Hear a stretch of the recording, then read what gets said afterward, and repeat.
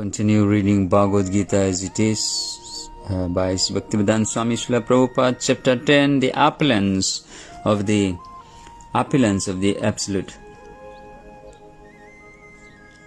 Shri Bhagavan Uvacha 10.1 Bhuya eva mahabhavo snu me paramam vacha yatte aham priyamanaya vakshyami itah kamaya.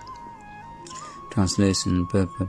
The Supreme Personality of Godhead said, "Listen again, O mighty Arjuna, because you are my dear friend. For your benefit, I shall speak to you further, giving knowledge that is better than what I have already explained." The word Bhagavan is explained thus by Parasar Muni, one who is full in 6 opulences, who has full strength, full fame, wealth, knowledge, beauty, and renunciation. He is Bhagavan, or the Supreme Personality of Godhead. While Krishna was present on this earth, he displayed all 6 opulences. Therefore, great sages like Parasar Muni have all accepted Krishna as the Supreme Personality of Godhead.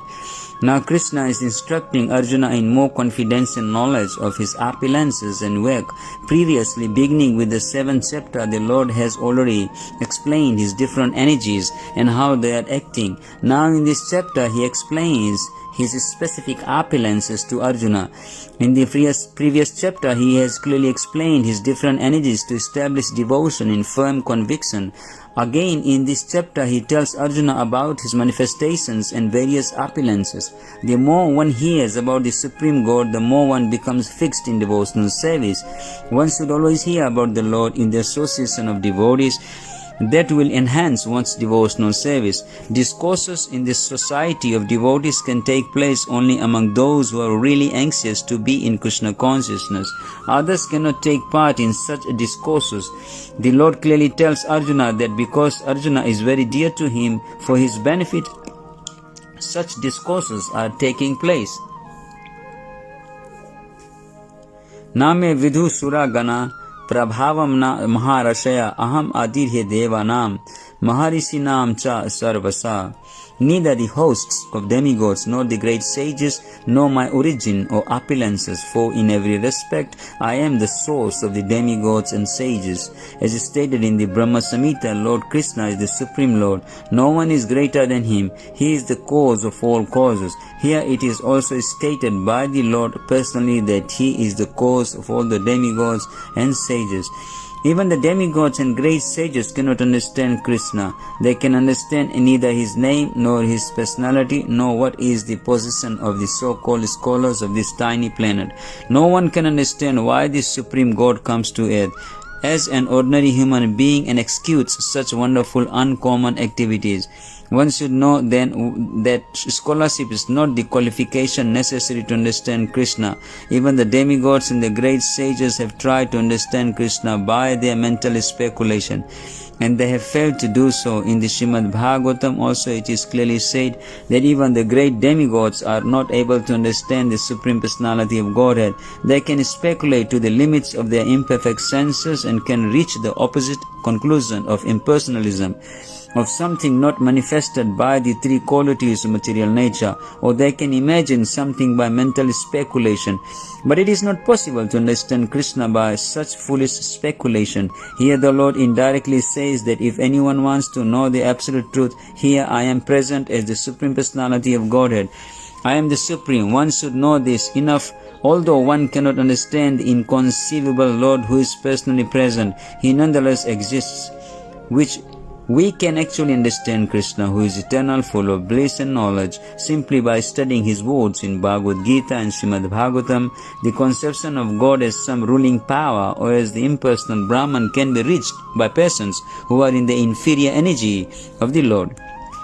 But the personality of Godhead cannot be conceived unless one is in the transcendental position, because most men cannot understand Krishna in his actual situation. Out of his causeless mercy, he descends to show favor to such speculators.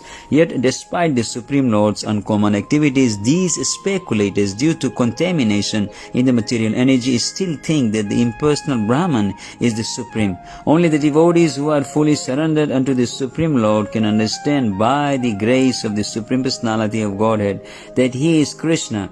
The devotees of the Lord do not both Yashoda about the impersonal Brahman conception of God, their faith and devotion bring them to surrender immediately under the Supreme Lord, and out of the causeless mercy of Krishna they can understand Krishna. No one else can understand him. So even great sages agree.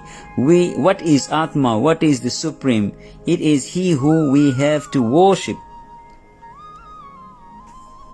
Ye mam ajam anadim cha vetti loka maheshwaram asamudha cha sa martyesu sarva pape pramuchyate. He who knows me as the unborn, as the beginningless, as the Supreme Lord of all the worlds, he only undeluded among men is freed from all sins. As stated in 7th chapter, 7.3 Manusyanam sahasresu kastid yatati siddhaye. Those who are trying to elevate themselves to the platform of spiritual realization are not ordinary men. They are superior to millions and millions of ordinary men who have no knowledge of spiritual realization. But out of those actually trying to understand their spiritual situation, one who can come to the understanding that Krishna is the Supreme Personality of Godhead, the proprietor of everything, the unborn, is the most successful spiritually realized person. In that stage only, when one has fully understood Krishna's supreme position, can one be free completely from all sinful reactions. Here the Lord is described by the word Aja, meaning unborn, but he is distinct from the living entities, who are described in the 2nd chapter as Aja. The Lord is different from the living entities who are taking birth and dying due to material attachment. The conditioned souls are changing their bodies, but his body is not changeable. Even when he comes to this material world, he comes as the same unborn. Therefore, in the 4th chapter, it is said that the Lord, by his internal potency, is not under the inferior material energy, but is always in the superior energy. In this verse, the words Vetti Loka Maheshwaram indicate that one should know that Lord Krishna is the supreme proprietor of the planetary systems of the universe.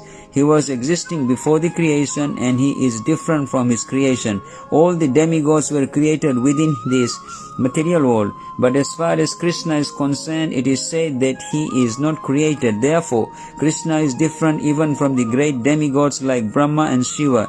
And because he is the creator of Brahma, Shiva and all other demigods, he is the supreme person of all planets.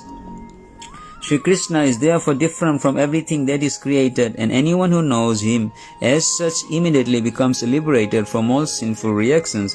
One must be liberated from all sinful activities to be in the knowledge of the Supreme Lord.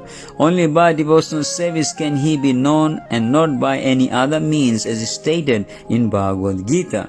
One should not try to understand Krishna as a human being, as stated previously. Only a foolish person thinks himself to be a human being. This is again expressed here in a different way. A man who is not foolish, who is intelligent enough to understand the constitutional position of the Godhead, is always free from all sinful reactions. If Krishna is known as the son of Devaki, then how can he be unborn? That is also explained in Srimad Bhagavatam.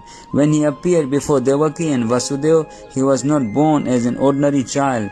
He appeared in his original form, and then he transformed himself into an ordinary child. Anything done under the direction of Krishna is transcendental. It cannot be contaminated by material reactions, which may be auspicious or inauspicious. The conception that there are things auspicious and inauspicious in the material world is more or less a mental concoction, because there is nothing auspicious in this material world. Everything is inauspicious because the very material nature is inauspicious. We simply imagine it to be auspicious. Real auspiciousness depends on activities in Krishna consciousness in full devotion and service. Therefore, if we at all want our activities to be auspicious, then we should work under the directions of the Supreme Lord. Such directions are given in authoritative scriptures such as Srimad Bhagavatam and Bhagavad Gita, or from a bona fide spiritual master. Because the spiritual master is the representative of the Supreme Lord, his direction is directly the direction of the Supreme Lord. The spiritual master, saintly persons and scriptures direct in the same way. There is no contradiction in these three sources. All actions done under such directions are are free from the reactions of pious and impious activities of this material world. The transcendental attitude of the devotee in the performance of activity is actually that of renunciation, and this is called sannyas. As is stated in the first verse of the 6th chapter of Bhagavad Gita, one who acts as a matter of duty because he has been ordered to do so by the Supreme Lord, and who does not seek shelter in the fruits of his activities.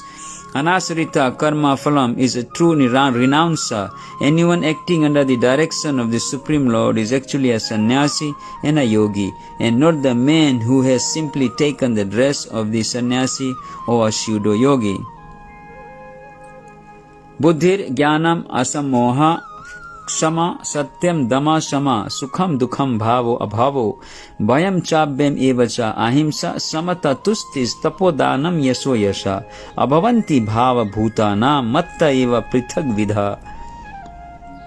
Intelligence, knowledge, freedom from doubt and delusion, forgiveness, truthfulness, control of the senses, control of the mind, happiness and distress, birth, death, fear, fearlessness, non-violence, equanimity, satisfaction, austerity, charity, fame, infamy, all these various qualities of living beings are created by me alone. The different qualities of living entities, by their good or bad, are all created by Krishna, and they are described here. Intelligence refers to the power to analyze things in their proper perspective, and knowledge refers to understanding what is spirit and what is matter. Ordinary knowledge obtained by a university education pertains only to matter, and it is not accepted here as knowledge. Knowledge means knowing the distinction between spirit and matter. In modern education, there is no knowledge about spirit. They are simply taking care of the material elements and worldly needs. Therefore, academic knowledge is not complete. Asamoha, freedom from doubt and delusion, can be achieved when one is not hesitant and when he understands the transcendental philosophy.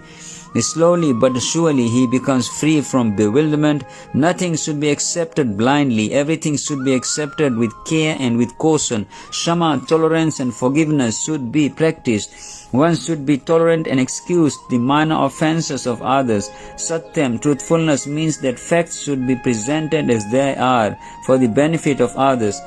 Facts should not be misrepresented. According to social conventions, it is said that one can speak the truth only when it is palatable to others, but that is not truthfulness. The truth should be spoken in the straightforward way so that others will understand actually what the facts are. If a man is a thief and if people are warned that he is a thief, that is truth. Although sometimes the truth is unpalatable, one should not refrain from speaking it.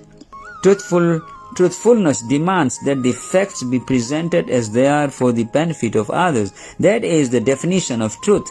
Control of the senses means that the senses should not be used for unnecessary personal enjoyment. There is no prohibition against meeting the proper needs of the senses, but unnecessary sense enjoyment is detrimental for spiritual advancement. Therefore, the senses should be restrained from unnecessary use. Similarly, one should restrain the mind from unnecessary thoughts. That is called shama. One should not spend one's time pondering over earning money. That is a misuse of the thinking power. The mind should be used to understand the prime necessity of human beings, and that should be presented authoritatively. The power of thought should be developed in association with persons who are authorities in the scriptures, saintly persons and spiritual masters, and those whose thinking is highly developed. Sukham, pleasure or happiness should always be in that which is favorable to the cultivation of the spiritual knowledge of Krishna consciousness, and similarly, that which is painful or which causes distress is that which is unfavorable for the cultivation of Krishna consciousness. Anything favorable for the development of Krishna consciousness should be accepted, and anything unfavorable should be rejected.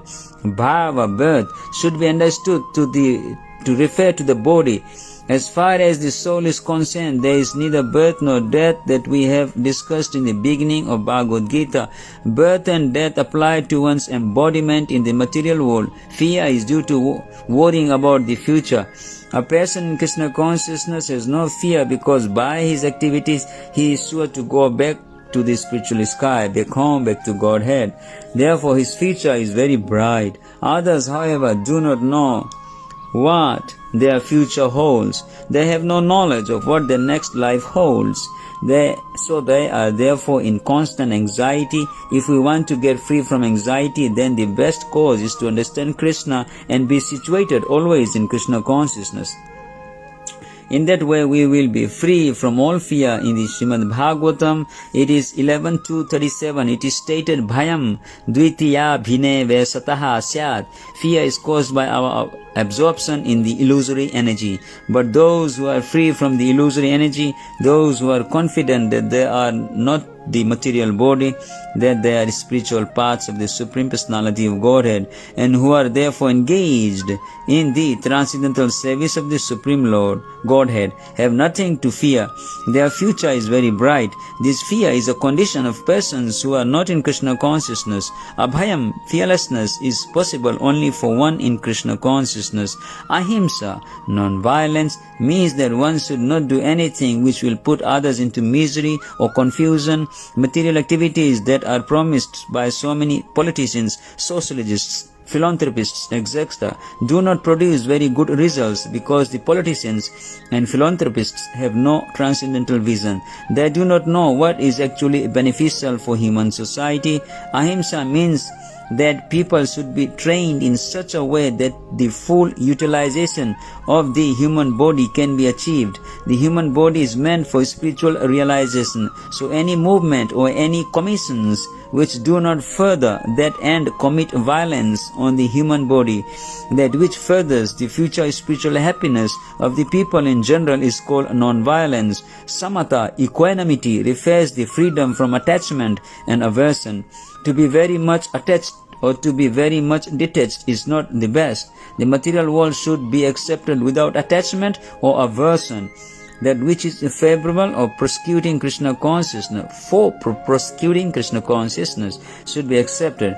That which is unfavorable should be rejected. That is called samatha, equanimity. A person in Krishna consciousness has nothing to reject and nothing to accept save in terms of its usefulness in the prosecution of Krishna consciousness.